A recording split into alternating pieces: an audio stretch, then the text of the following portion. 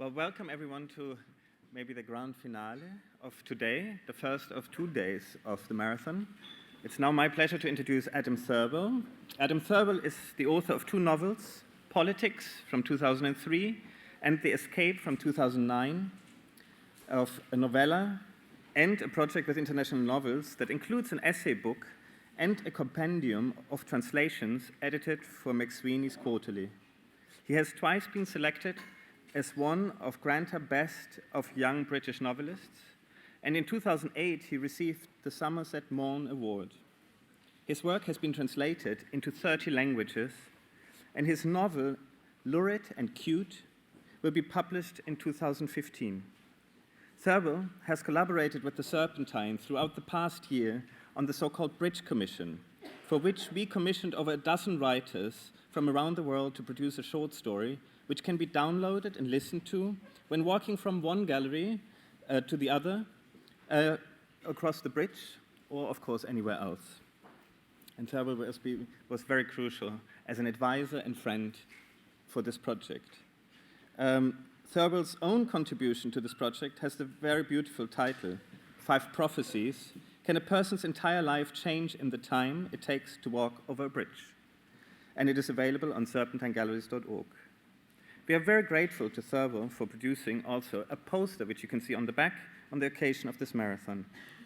For his participation today, Thirlwell will be in conversation with the dead Austrian writer Thomas Bernhard, played by a colleague, the writer Daniel Kehlmann from Germany, a German writer who lives between Berlin and New York. His works have won the Candace Prize, the Doderer Prize, the Kleist Prize, and the Thomas Mann Prize, and his work, Measuring the World, is the best-selling novel in the German language in the past 20 years. Please welcome with me Adam Thirlwell with Daniel Kehlmann. Many thanks.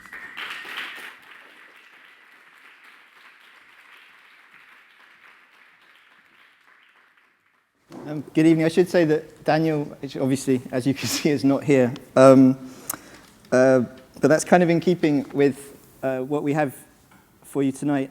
In planning this performance for Hans-Ulrich, I realized that as a novelist thinking about the theme of extinction, there were some novelists I could think of. There was Milan Kundera, there was Céline. There were various writers who quite often seemed to propose that the extinction of the human race would be quite a good thing. And it's the extinction of the human race that I'm going to be in conversation with Bernhard tonight. And it was Bernhard, though, that I decided was the real role model on this theme, the author of the great novel Extinction, a famous misanthrope, a monument of despair. And so the ideal novelistic extinction performance, I thought, was a conversation with Thomas Bernhard. But, of course, Thomas Bernhard is long since extinct himself. The opposite of extinction, however, is the archive. And so I went looking in the Viennese archives, aided by my friend, the Austrian novelist and Bernhard lover, Daniel Kehlmann.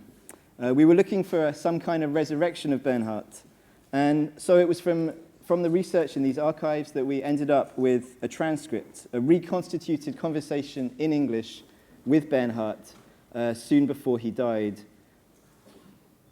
If you find that what you're listening to, therefore, feels like a collage, or if you also begin to think that one thing that's strange about misanthropy and negativity and despair and a general obsession with extinction is that as soon as it's repeated, as soon as it becomes a style, it also becomes a form of exaggeration and therefore, I hope, a form of comedy. That at a certain point, the way Bernhard talked and wrote when centered on death and extinction and entropy becomes infused with a weird, hectic energy. Perhaps that shouldn't be too much of a surprise. And so, here I go with my interview with Thomas Bernhard. Herr Bernhard, good evening. I am so excited to be talking to you in London. It has always been my ideal city. Vienna is shit, Vienna is nothing. Only idiots live in Vienna. There are people who say that Vienna is a city where you can live, but they are corrupt, stupid idiots. Idiots who are doubly idiotic because they are idiotic in their very natures. At this time of year, Vienna has nothing to offer a person with intellectual interests. The world is always so stupid and doesn't understand a thing. That is why it is completely without concepts. In fact, Vienna is not even a city. Vienna is a place that pretends to be a city, but it is really a village, not even a village, just 2 or 3 hovels. Civilized humanity's hunger for culture is enormous. The perversity reflected by this state of affairs is worldwide. Vienna is a cultural concept, even though there has virtually been no culture in Vienna for years. But in London there is art, there is literature, there is music also, there is wonderful food. You know, I like to lunch, I'm a lunch person. In the evening I'm often tired, but at noon I want my lunch, I'm a Mittagesser. You can have great lunch in London. The Viennese restaurants are dirty, they are the dirtiest in the whole of Europe. Every other moment you are confronted with a totally bespattered tablecloth, and when you draw a waiter's attention to the fact that the tablecloth is bespattered, you merely attract furious and indeed dangerous glances. In Extinction, you once wrote, "When someone dies, his death does not make him a genius if he was an idiot, or a saint if he was a monster." Perhaps. It is in the nature of things, you added, that we have to endure such a calamity and suffer all its attendant horrors, in the certain knowledge that the true image of the victims has not changed. It's said that we should not speak ill of the dead, but this is base hypocrisy. After the death of somebody who throughout his life was a dreadful person, a thoroughly low character, how can I suddenly maintain that he was not a dreadful person, not a low character, but a good person? The writer who doesn't exaggerate is a poor writer. Exaggeration is the secret of great art and of great philosophy. What's your question? My question is, you who are the novelist of nothingness, of extinction, do you believe in literary immortality? How will you want novelists to talk about you when you are dead? I think it is you who should be afraid of death. Me? Why? You'll see, you'll see. But let me ask this another way. Do you believe that you think? Do you have a philosophy? Well, naturally. Because in fact no thinking is possible.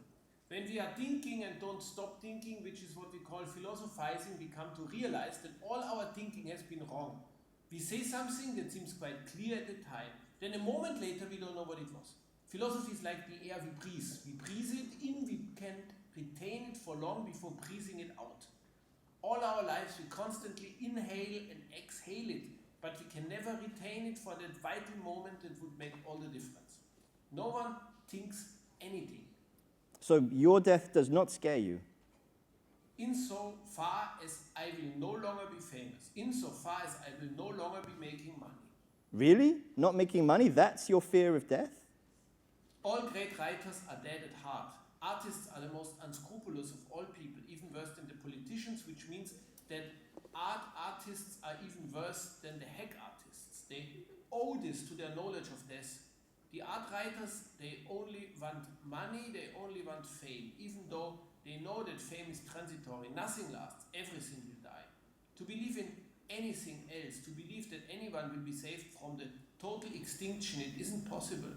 This is what the art writers know, and it is what makes the difference between an art writer and a hack writer. The art writer wants money as a compensation for extinction.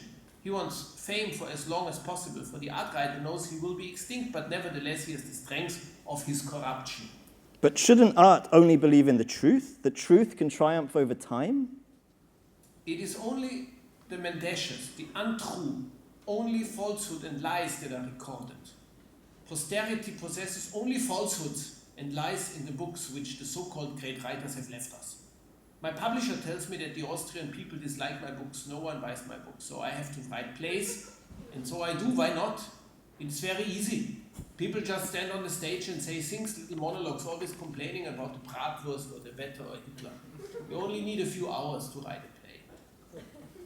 And of course, my publisher is an incredible idiot. He's absolutely stupid, but then I tell him I will get the Nobel Prize and you will look the stupid idiot that you are.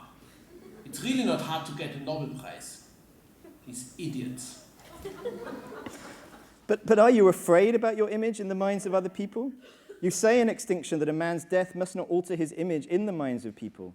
Do you fear the image people have of you in Vienna? The Austrians, being congenital opportunists, are cringers, and they live by cover-ups and forgetting.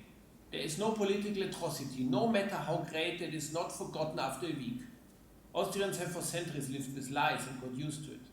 If we spend all our lives in Austria, we do not see the Austrian as he really is, but if, after prolonged absence such as mine in London, we return to Austria, we see him clearly and he cannot pretend to us.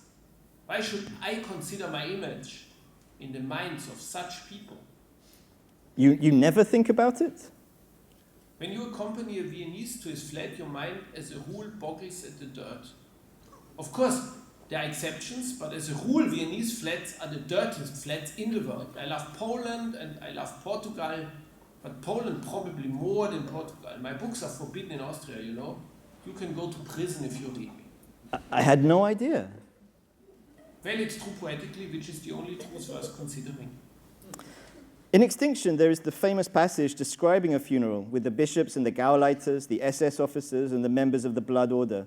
And you write, the music will be played by our National Socialist Catholic Band, the National Socialist salvos will be fired, and the National Socialist bells will toll. And your own funeral? Do you have plans for your own funeral, Herr Bernhard? Will you want a state funeral? Again, with Extinction, my friend, do not read a book too intently. You will ruin everything for yourself. The old masters, they only stand up to superficial viewing. If you view them thoroughly, they become so diminished. And what is a funeral? Another failure. Always another failure. I will not even have the death of my choice, but it's life. We hope for a simple funeral with as few people as possible, but we find we have nearly arranged a depressing one. We say no music, no speeches, no president, and yet it depresses us profoundly. But more importantly, have you considered your funeral? Well, I'm still so young. Why do you ask? No reason, no reason. Only a small funeral, 7 or 8 friends, no flowers, nothing. Everything happens very quickly. It only takes 3/4 of an hour, no relatives, only the closest, a short speech from the president, if he insists, and he will. Why not? I'm a very important writer. The president, but you said... To move on, it's true that you're already considered a classic. Do you worry about the nature of the classic? Do you worry that to be a classic is to become extinct, to not be read at all? Is literature itself in danger of dying? A classic, the classic writer, as if literature were ever alive. Every human concept is a joke, is mental death. I mean, why are we even here? Why do you want to talk to me? But because of your writing, because of the greatness of the writing, its philosophical profundity, where everything is revealed as a voice, as a monologue, a performance. But my writing is dead. It is finished. It is over. As soon as it is published. In fact, it is over before it is published. At the very moment it is written down. Or in fact, at the very moment that the words enter my head. But that's how it is of everyone else. We demand the highest achievements, but we ourselves achieve nothing. Not wishing to lay ourselves open to the awful humiliation of failure, we repeatedly shelve our plan for a written product of mind and spirit and take refuge in any excuse, any subterfuge. And so, to want to meet a writer, to talk to a writer, it is an attempt at an assassination, no, even worse. It is a form of grave robbing, because not only is the writing dead, but in talking to the writer, you prove that the writer is already extinct, even while he's alive, so that to want to meet the writer, to want to talk to the writer, it is not possible. So you wish not to give interviews? I never said that. Can we talk then about suicide? Your works are widely perceived as inciting mass extinction, as inciting all readers to suicide. Why would I be against life? I'm still here, aren't I? Nevertheless, there are people who still regard your books as invitations to suicide. Maybe, but no one has accepted this invitation. Not to my knowledge. There was a woman who once came to my door. She said she had to talk to me. I said, why would you want to talk to me? She said, I need to talk to you before it's too late. You mean, I said, you want to kill yourself? No, she said, you do. You want to kill yourself. And I replied, not me. No way, Jose, not at all. Go home, I said, get some rest. Have lunch. That's the story? It is a good story. Do you believe in the afterlife? In heaven? Sometimes. I like to think there is a God. With a beard? With a beard, maybe. Of course you would think that. Whereas me, I dislike the obsession with beards. Why should it be true, the bigger the beard, the bigger the man? But I do believe in heaven. You will be there in your white shirt, and sometime in many, many years' time, I will come to heaven too, flying towards you in my big white shirt. It will be a very moving moment. I'm a pretty good medium for you, no? I look quite stupid with my questions. There are no stupid questions, only stupid answers. Do you ever go to cemeteries? I would love to go with you to a cemetery in the dusk. I would hide from you behind the gravestone. In fact, you would never see me there at all. A narrator of yours, Verhettemeister, once said, I can't abolish my family just because I want to. Do you feel kinship with that narrator? Do you want to abolish all links with the past? But I use so many narrators, I can never remember their names. My editor, Fellinger, a very fat man, he will die soon, it's fate. He fills in the names for me in the manuscript. I leave blanks for the names, he doesn't make mistakes, and if he does, nobody notices. Usually they have Austrian names, who cares? Except in woodcutting where he's English, but he has no name. He's not English, strictly speaking, but he lives in London. I like London. Very clean, almost no Austrians.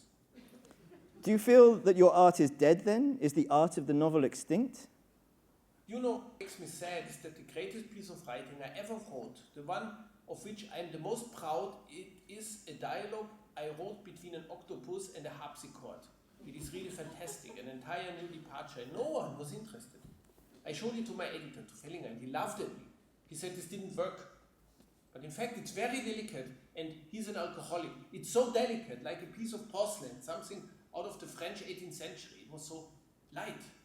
But do you still have this? Fellinger destroyed it. He burned it, right there in front of me. I brought him the typescript, and he burned it with his cigarette. I had no other copies. In Austria, philosophy and poetry are a mausoleum. They are dead already. Because philosophy and poetry exist not in the consciousness of living people, but only in the consciousness of culture, which means that they only exist by being bad. Listen, there's something I have to tell you as it concerns your future. I'm not joking. Can you turn off the recorder for a moment? Right now? And that is where the transcript ends. There is no more conversation with Thomas Bernhard. Thank you very much.